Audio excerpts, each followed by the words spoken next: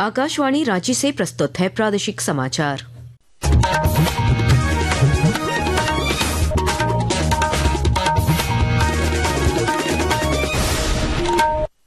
नमस्कार, प्रादेशिक समाचारों के साथ मैं कामिनी।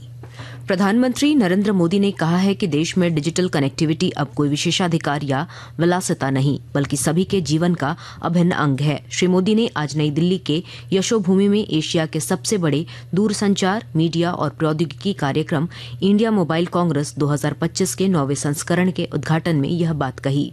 श्री मोदी ने देश के डिजिटल सार्वजनिक बुनियादी ढांचे की सफलता को रेखांकित करते हुए कहा कि यह निवेश, नवाचार और मेक इन इंडिया का सबसे अच्छा समय है। भारत में डिजिटल कनेक्टिविटी अब कोई प्रिविलेज या लग्जरी नहीं है, ये भारतीयों के जीवन का एक अटूट हिस्सा है। इंडस्ट्री और इन्वेस्टमेंट को बढ़ाने के माइंडसेट में भी भारत सबसे आगे दिखता है। डिजिटल पब्लिक इंफ्रास्ट्रक्चर में हमारी सक्सेस इस बात का प्रमाण है कि सरकार डिजिटल फर्स्ट माइंडसेट से किस तरह से जुड़ी हुई है। इसलिए मैं पूरे विश्वास से कहता हूं, this is the best time to invest, innovate and make in India। आदर्श आचार संहिता लागू होते ही पूर्वी सिंहभूम जिला निर्वाचन पदाधिकारी कर्ण सत्यार्थी ने शुरुआती 72 घंटे के लिए विशेष मानक संचालन प्रक्रिया जारी की है, जिसके तहत जिला प्रशासन को चरणबद्ध कार्रवाई के निर्देश दिए गए हैं। उन्होंने बताया कि 24 घंटे के भीतर सरकारी संपत्तियों से सभी पोस्टर, बैनर और झंडे हटाए जाएंगे, जबकि 48 घंटे में सार्वजनिक स्थानों से अनाधिकृत राजनीतिक विज्ञापन और 72 घंटे में निजी संपत्तियों पर किए गए विरूपण को हटाए जाने की कार्रवाई की जाएगी। निर्वाचन पदाधिकारी ने कहा कि सभी कार्य निर्वाचन आयोग के दिशा निर्देशों के अनुरूप होंगे, ताकि चुनावी प्रक्रिया पूरी तरह स्वच्छ और पारदर्शी रहे।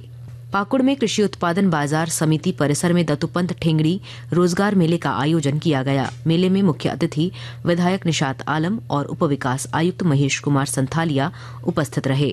जिला नियोजनालय सह मॉडल करियर सेंटर द्वारा आयोजित इस मेले में 22 कंपनियों ने भाग लिया और कुल 600 शिक्षित बेरोजगार युवाओं को नियुक्ति पत्र प्रदान किए। देवघर नगर निगम ने आगामी छठ पर्व को ध्यान में रखते हुए व्यापक सफाई और व्यवस्थाओं की तैयारी शुरू कर दी है।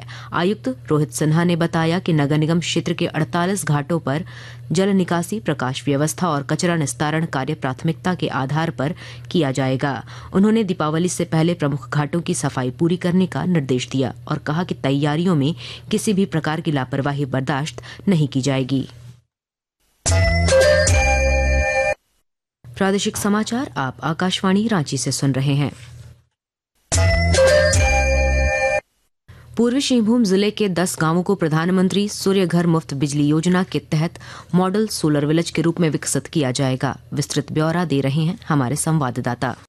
प्रधानमंत्री सूर्य घर मुफ्त बिजली योजना के तहत पूर्वी सिंहभूम जिले के 10 गांवों को मॉडल सोलर विलेज के रूप में विकसित किया जाएगा। ग्रीन और क्लीन एनर्जी को बढ़ावा देने के उद्देश्य से केंद्र सरकार की पीएम कुसुम योजना के तहत इन गांवों को सौर ऊर्जा आधारित बनाया जाएगा। पहले चरण में जिले के 11 प्रखंडों में से 7 प्रखंडों के 10 गांव चुने गए हैं। इन गांवों के 8,405 परिवारों के लगभग 38,700 लोगों को योजना का लाभ मिलेगा। कुमार कुणाल, आकाशवाणी समाचार, जमशेदपुर।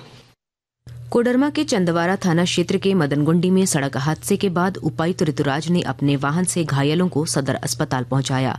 हादसे में 5 लोग घायल हुए, जिनका इलाज सिविल सर्जन के निर्देश पर सदर अस्पताल में चल रहा है। और अब मौसम का हाल।